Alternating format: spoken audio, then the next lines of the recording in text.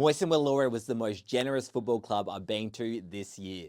Thanks to the boys there for hooking me up. I've got the current jumper, which is a sort of Port Adelaide inspired design with the teal. They used to have something like this in the pre-season Port Adelaide, but Moyston are the Pumas since they've merged in 2000. They've been known as the Pumas. I think it's a reference to the Grampians, which is nearby. They reckon there's a Puma in there. And here's what they used to wear prior to the chevrons. It's the jumper that Kane Corns wore when he played in the Carlton draft for Moyston.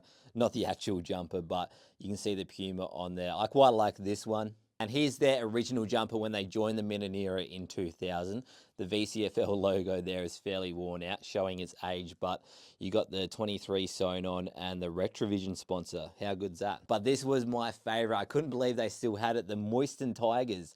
They last played in 1999 in the Ararat Football Association. So you got the KFC Ararat sponsor there, which I love. And I was lucky to also get a long sleeve version as well, which is unreal. The Ararat District League finished and Moyston was formed after that, and they play in the Mindanera League. It will be very hard to top this haul of jumpers for the rest of the year.